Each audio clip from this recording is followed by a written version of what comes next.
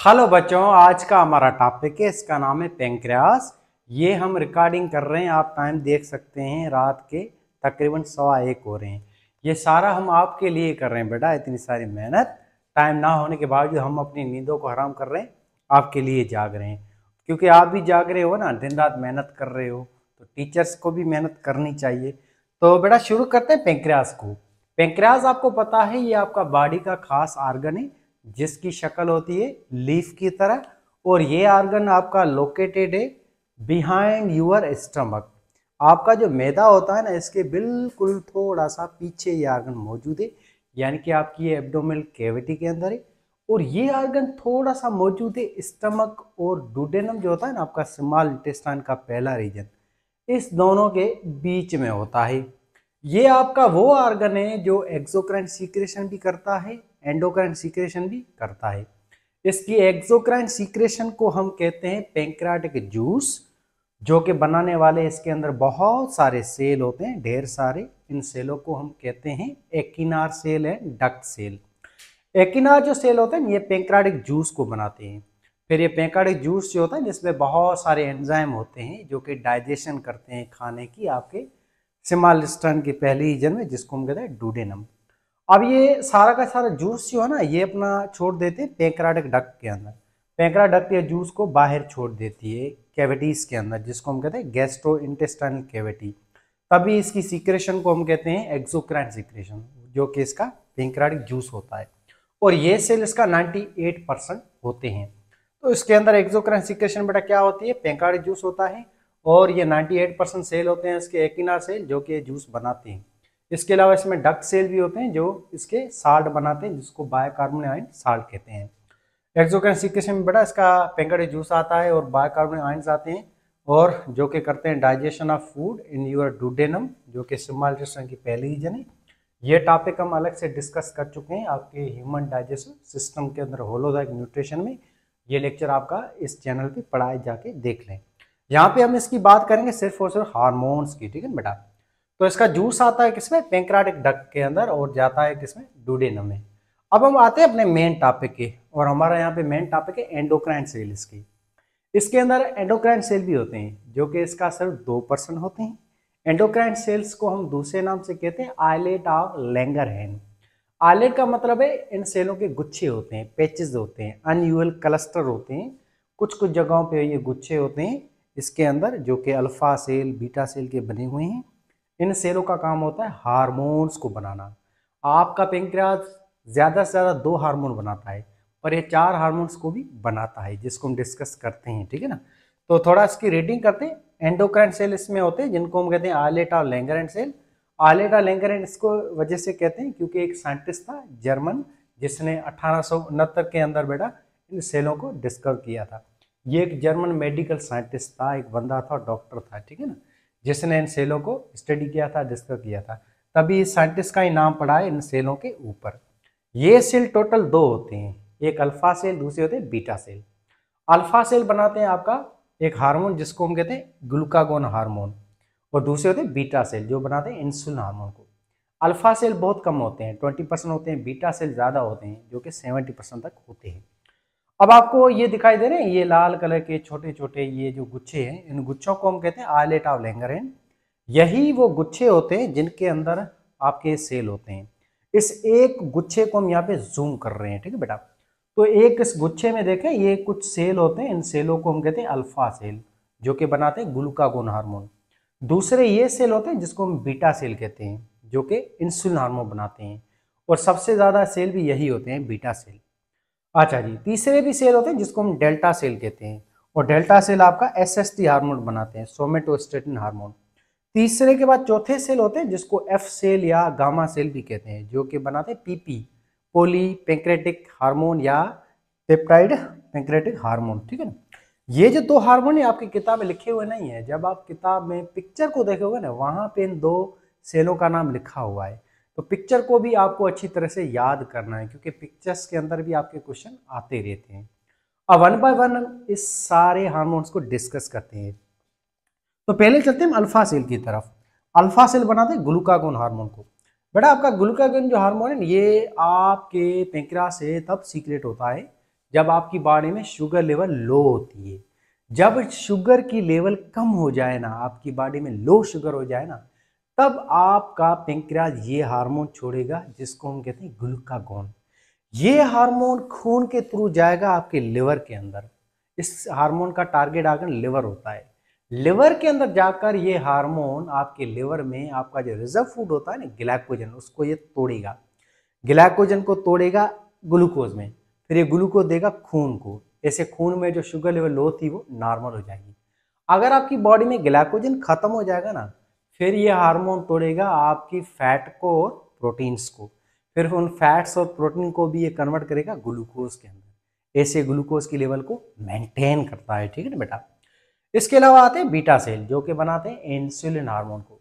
Insulin hormone आपको पता होगा, ये खास हार्मोन है आपका। ये आपकी बॉडी में तभी सीक्रेट होता है जब आप खाना खाते हैं। खाना खाने के बाद आपके अंदर शुगर लेवल बढ़ जाती है या शुगर जब हाई हो, तब इंसुलिन हार्मोन सीक्रेट होता है, प्रोड्यूस होता है आपके बीटा सेलों से। ये हार्मोन भी खून के थ्रू जाएगा आपके एक खास ऑर्गन में जिसको हम कहते हैं लिवर।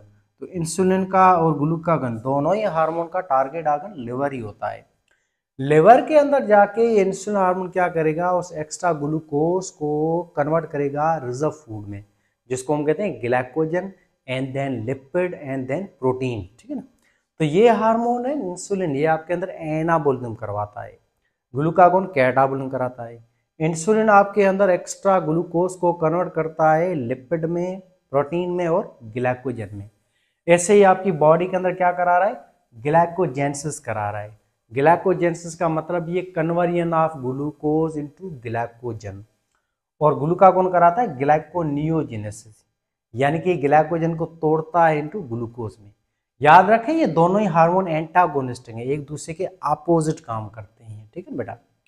इंसुलिन जो हार्मोन है बेटा, इसकी कमी में एक खास डिजीज होती है, खतरनाक बीमारी होती है जिसको हम बीमारियों की माँ कहते हैं। इस डिजीज को कहते हैं डायबिटीज मेलिटस, जिसको हम आगे डिस्कस करते हैं। तो बेटा ये दो तो हार्मोन हो गई। अब आगे चलते हैं, तीसरे किस्म के सेल होते हैं जिसको डेल्टा सेल कहते हैं। डेल्टा सेल बहुत कम होते हैं, 5% तक होते हैं। ये सेल बनाते हैं एसएसटी हार्मोन, सोमेटोस्टेटिन हार्मोन। ये एक इनहिबिटर हार्मोन है। इसका काम है आपके इंसुलिन और ग्लूकागोन जो हार्मोन है इसकी सीक्रेशन को स्टॉप करना, बस यही इसका काम है। इतना इसके बारे में याद रखें। चौथा सेल है इसमें गामा सेल, या इसको एफ सेल भी कहते हैं। ये बनाते हैं पीपी हार्मोन, पैंक्रेटिक पॉलीपेप्टाइड्स। ये हार्मोन बेटा आपके अंदर आपका जो जूस होता है पैंक्रियाटिक जूस, उसकी सीक्रेशन को स्टॉप करता है। ये भी हार्मोन क्या है, इनहिबिटर है। पर ये दो हार्मोन आपके किताब में लिखे हुए नहीं है, पर डायग्राम में थे जस्ट दिए हुए, इस वजह से हमने इसको पढ़ लिया है। शायद क्वेश्चन आ भी सकता है, ठीक है ना। अच्छा जी, अब हम आगे चलते हैं। एक खास बीमारी है जिसका नाम है डायबिटीज मेलिटस, शुगर की बीमारी। जब आपकी बॉडी में या हमारी बॉडी में इंसुलिन कम हो जाए या इंसुलिन मौजूद हो पर इंसुलिन के रिसेप्टर्स आपके सेलों में, टारगेट सेलों मौजूद ना हो, तब आपके वो सेल रेस्पॉन्स शो नहीं करेंगे, वो शुगर हाई की हाई रहेगी। तो इसी बीमारी को हम कहते हैं हाई शुगर बीमारी या डायबिटीज मेलिटस। इस डायबिटीज के जो है ना बेटा दो टाइप होते हैं, एक होता है टाइप 1, दूसरा होता है टाइप 2। टाइप 1 जो डायबिटीज है ये बाय बर्थ होती है, पैदाइश से ही बच्चों के अंदर मौजूद होती है। और ये टाइप 1 जो है ना इसको हम कहते हैं इंसुलिन डिपेंडेंट डायबिटीज, क्योंकि पूरी जिंदगी जो है ना बच्चे को इंसुलिन लेना पड़ेगा शुगर को कंट्रोल करने के लिए। और इस बीमारी का कारण होता है ऑटोइम्यून डिसऑर्डर। आपके व्हाइट ब्लड सेल खुद बीटा सेलों को मार देते हैं, खत्म कर देते हैं, जिसके नतीजे में पैदाइश से ही बाय बर्थ उस बच्चे के अंदर इंसुलिन हार्मोन नहीं बनेगा, या बनेगा तो भी बहुत कम बनेगा, या उसके रिसेप्टर्स उसके अंदर मौजूद ही नहीं होंगे। इसको हम कहते हैं टाइप 1 डायबिटीज। ये बहुत रेयर होती है, बहुत कम होती है, 10% ही होती है, ठीक है बेटा। इसका कोई इलाज नहीं है प्रॉपर, इंसुलिन पूरी जिंदगी लेना पड़ेगा। दूसरी होती है कॉमन डायबिटीज, जिसको हम कहते हैं टाइप 2। ये 90% होती है। ये डायबिटीज हर बंदे के अंदर होगी अगर वो केयर नहीं करता है, अपना लाइफस्टाइल ठीक नहीं करता है। ये जो डायबिटीज ये होती है लाइफस्टाइल की वजह से। अगर बंदा ज़्यादा स्ट्रेस लेता है, टेंशन लेता है, नींद प्रॉपर नहीं करता है, खाना ज़्यादा खाता है, उसमें मोटापा है, ओबेसिटी है, या वो ज़्यादा शराब जो उसका सेवन या कंजप्शन ज़्यादा करता है, एक्सरसाइज वगैरह नहीं करता है, वज़न को अपना कंट्रोल नहीं करता है, फैट गंद शंद ज़्यादा खाता है ना, तो उसके अंदर ये डायबिटीज़ होगी जिसको हम कहते हैं टाइप 2 डायबिटीज़। ये कॉमन है और ये डायबिटीज़ जेनेटिकली ट्रांसफ़र भी होती है, माँ बाप से बच्चों में ट्रांसफ़र भी होती है, यानी कि ये डायबिटीज़ हेरिडिटी डिजीज़ है, टाइप 2 जो डिजीज़ है, ठीक है बेटा। अब इसके नतीजे में क्या होगा, जब बंदे में डायबिटीज़ हो जाएगी शुगर की बीमारी, तो बंदे का शुगर नॉर्मल नहीं रहेगा, बीपी हाई हो जाएगा, हार्ट बीट एबनॉर्मल हो जाएगी, पसीना ज़्यादा आएगा, गुस्सा ज़्यादा आएगा, और शुगर को मेंटेन करने के लिए, बीपी को मेंटेन करने के लिए हद से ज़्यादा गुर्दा उसका काम करेगा। गुर्दा एक्स्ट्रा ग्लूकोज को पेशाब में बाहर निकालेगा शुगर को मेंटेन करने के लिए। इसके नतीजे में बंदे जो होगा जिसमें शुगर की बीमारी होगी उसमें पेशाब भी बहुत ज़्यादा आएगा, और ज़्यादा पेशाब आएगा, उस पेशाब के अंदर शुगर भी एक्स्ट्रा बाहर निकलेगी, क्योंकि ये आपकी किडनी का काम है ना एक्स्ट्रा ग्लूकोज को बाहर निकालना। इसके नतीजे में उस डायबिटिक पेशेंट का पेशाब भी मीठा होगा, और उस बंदे में बार बार शुगर जो है ना वो लो हो जाएगी, और उस बंदे को बहुत ज़्यादा भूख भी लगेगी, प्यास भी ज़्यादा लगेगी, क्योंकि पेशाब उसके अंदर ज़्यादा बनता है ना शुगर को मेंटेन करने के लिए। और आगे चलकर उसने अगर अपनी डायबिटीज़ को कंट्रोल नहीं किया, प्रॉपर डाइट पे नहीं आया, कार्बोहाइड्रेट को नहीं छोड़ा, प्रोटीन लिप को ज़्यादातर नहीं खाया, फाइबर्स को नहीं खाया, तो उसके अंदर गुर्दा भी फेल हो जाएगा डायबिटीज़ में, ब्रेन भी प्रॉपर काम नहीं करेगा, और यहाँ पर जो है एनर्जी उसमें ख़त्म हो जाएगी, और उस एनर्जी को मेंटेन करने के लिए आपकी बॉडी फिर लिपिड और प्रोटीन को तोड़ेगी। जब लिपिड टूटेगा ना आपकी बॉडी में, तो ये लिपिड आपके खून की नालियों में जमता जाएगा, जिसके नतीजे में खून की नालियाँ नैरो हो जाएंगी, बीपी बढ़ जाएगी। ये खून की नालियाँ किसी भी आर्गन की नर्व्स या किसी भी आर्गन की जो खून की नाली होती है ना उसको डैमेज कर सकती हैं, उसको ब्लॉक कर सकती हैं। उसके नतीजे में हेमरेज हो सकता है, हार्ट अटैक हो सकता है, आंखें जो से बंदा अंधा भी हो सकता है। ये बहुत सारे प्रॉब्लम होंगे डायबिटीज़ से, ठीक है। ये खतरनाक बीमारी होती है। इसको हम टैकल कर सकते हैं लाइफस्टाइल से। अगर हमें पता चला कि भाई हमें प्री डायबिटिक है या डायबिटीज अभी होने वाली है, तो हमें गंदा खाना छोड़ना पड़ेगा, अच्छा खाना खाना पड़ेगा, पानी पीना पड़ेगा, ज़्यादा नींद पूरी करनी पड़ेगी, टेंशन वगैरह नहीं लेनी है, वहाँ पे इससे ज़्यादा उस पर जोर लगाना है, ठीक है ना। और अगर ज़रूरत पड़े तो डॉक्टर रिकमेंड करेगा इंसुलिन लेना, फिर इंसुलिन के ऊपर ही गुजारा होगा, ठीक है ना। ये बहुत खतरनाक बीमारी है। डायबिटिक पेशेंट का जो हाल होता है ना बेचारा, उससे ही आप पूछें वो ज़िंदगी में फिर कितने ज़्यादा दुखी हो जाते हैं, ठीक है। बहुत खतरनाक बीमारी है। तो यही था आपका टॉपिक बेटा। इसमें कोई सवाल, क्वेश्चन, कन्फ्यूजन है तो ज़रूर पूछिएगा, ठीक है ना। हम इसको दूसरी बार रिकॉर्ड कर चुके हैं। ये लेक्चर आपका पहले भी पढ़ा है, मैंने 5-6 मंथ पहले भी इसको रिकॉर्ड किया था।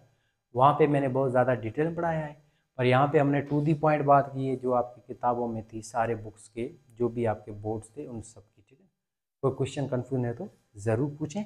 और हम फिजिकली भी क्लासेस को शुरू करें, एसके बायो अकेडमी को लॉन्च करें फिजिकल भी आपके अपने शहर उमरकोट के अंदर।